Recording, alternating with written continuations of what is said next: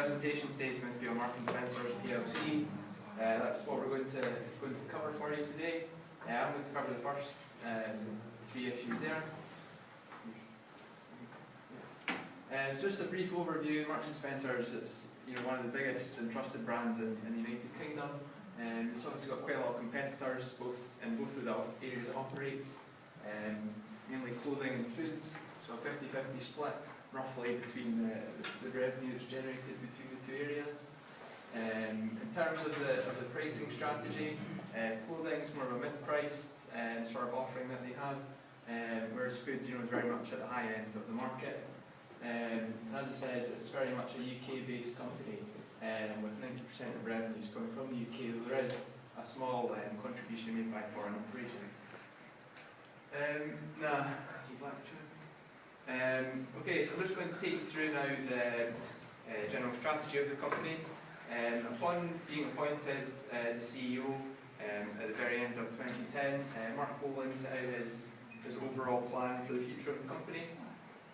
This is quite a bold plan, actually, to increase revenues by around 20%, from 9.7 billion to between 11.5 and 12.5 billion. So obviously that's quite a big increase that's being looked for, and there's three main ways that they're looking to achieve that growth. I'm just going to take you through those three and make some comments on the viability of those from my point of view. First of all, they're going to make some modifications to the store format, and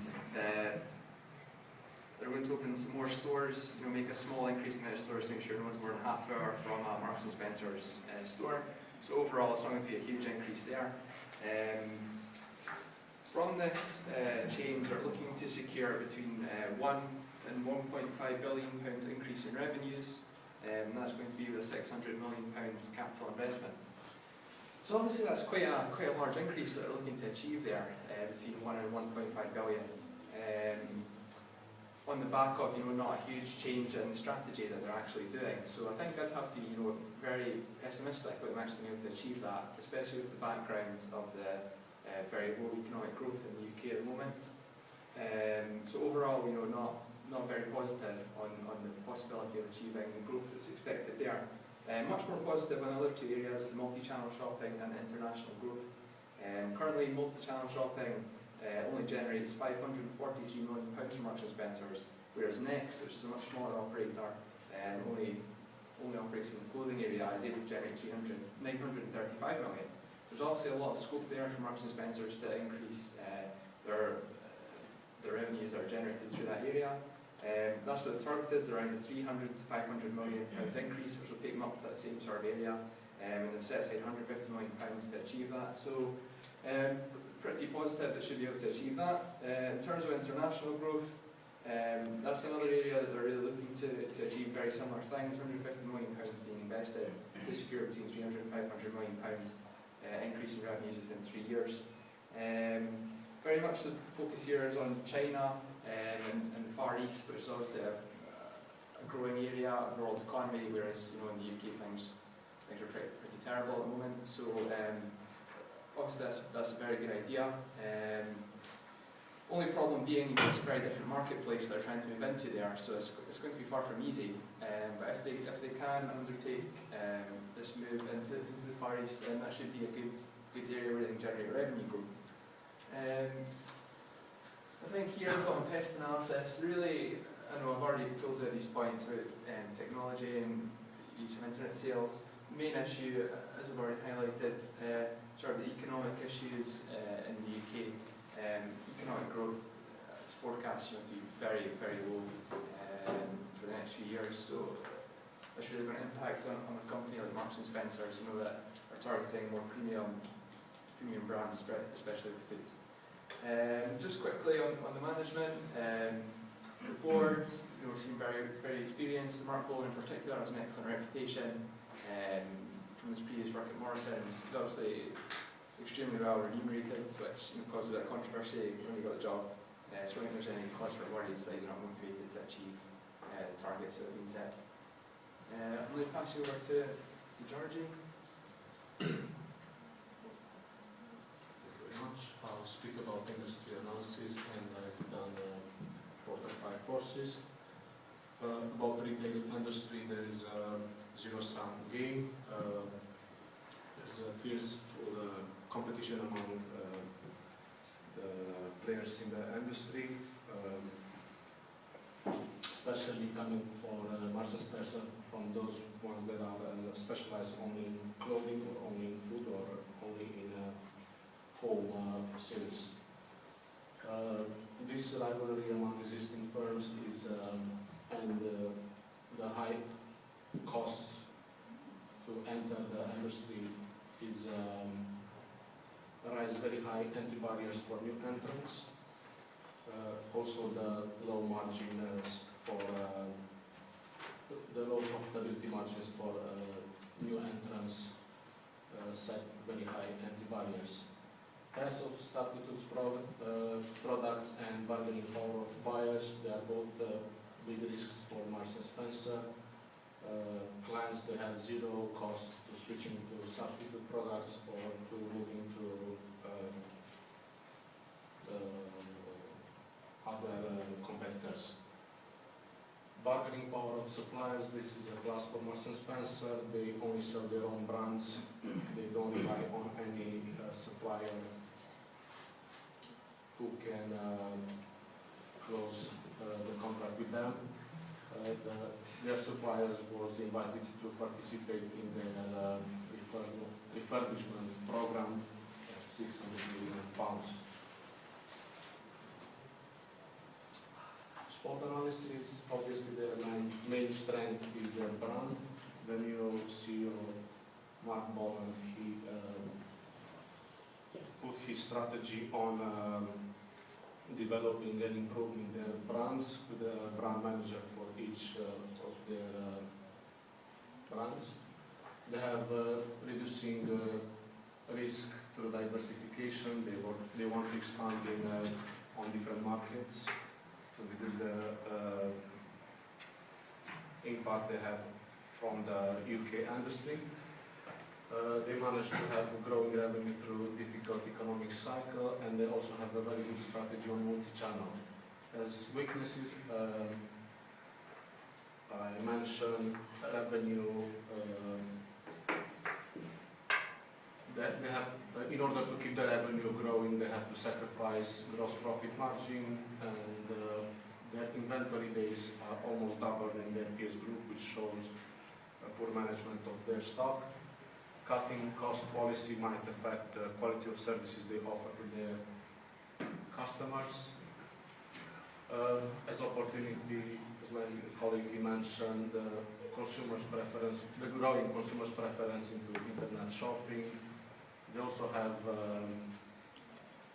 a lot of real estate which might be used to finance their obligation to disposal. As threats, persistence of weak consumer confidence, loss of senior staff which could affect their long-term consistency in their strategies, and also my colleague should take this into more detail. The regulatory bodies, they want to put the operating days as right of use, and which will have a dramatically impact on their clearing ratios and affect their access to funding for the development, which are done. Okay, let's move on to capital structure. From the chart, we can see that Marks and Spencer's gear ratio is very high, nearly 12 times higher than the competitors. On presentation, we choose Morrison, Sainsbury, and Tesco to compare.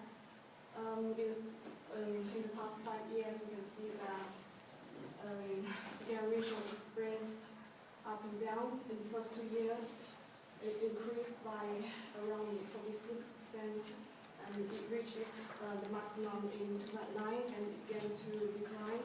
The increase is due to the borrowing of long-term debt for investing activities, and the decrease is due to repayment of short-term debt and gradually increasing equity. If we focus on the impact of adding operating lease, we can see that the gearing ratio increases from 94.5% to 283% in 2011. So the figures are really high. So, but it doesn't necessarily cause panic if the high operating lease is widely used in the retail industry. Next point I'm going to talk about is the equity. Marks & Spencer has 5 main shareholders, holding around 22%, and none of the investors has a very large individual stake. So we could assume that no investor will greatly influence on the company, and we will be investing from medium to long term with no bigger ambitions. Next page, the analysis of operating performance. First, we look at the 2 profit margins. The 2 margins share 3 features. We call them the first one, and they are both decreasing. The first margin decreased by around 30%. The second is 6.1%. They are not in the trend of the growing trend of industry, and they are much higher than its competitors. So we assume that the gross profit margin doesn't greatly influence on the operating profit margin. So we should take the expenses into consideration. According to Marks & Spencer's annual report and the presentation of selling and administrative expenses have been changed from that disclosed in 2009 and 2010 annual report. We want to more accurately reflect the internal reporting of these expenses. So the change of accounting policy is very likely to cause a higher expense. Also use the return of equity for the analysis of operating performance is also decreasing, decreased by 45%, and the main change took place in 2009, mainly because of the drop of net income by around 38%. The last 2 tables refer to the working capital and liquidity. The current ratio is very healthy, it follows the trend, and is very stable. The inventory days held is very high, so it's following the trend of industry. It's decreasing, but it's still 12 times high because the poor stock management of Marks & Spencer, but generally in short term Marks & Spencer doesn't have serious liquidity problems. I will present the cash flow analysis of the Marks & Spencer through the 5-year horizon, as you can see here. So let's start from 2010. As you can see here, they've made huge outflow of funds. It was due to the repayment of long-term debts of the company. So they made huge returns, which was used to repay approximately £1.4 billion of long-term debt. So the year 2010 is expressing the most highest net income of the company, £821 million. Also, this year is interesting for their expansion and buying the fixed assets for about £1 billion. So you see the slight decrease in operating activities was because of decrease in accounts payable, so they repaid some of it. The more crucial year was 2009 for this company because they had huge drop of net income from 821 million pounds to about 500 million pounds. Also, they decreased their investing and financing activities in this year, so trying to be more fixed. Now, in the year 2010, Marks and Spencer made the recovery year, so there was just a slight increase in net income. Also, company just repaid some of their short-term debts. Also, they decreased the capital expenditure on fixed assets. However, they tried to increase their expense on intangible assets. Also, this year is interesting because there was a huge drop in dividend this year from 350 million to 236 million approximately. So in 2011, we could see that company just decreased most of their investing and financing activities. They just slightly increased the dividend payment by 5%.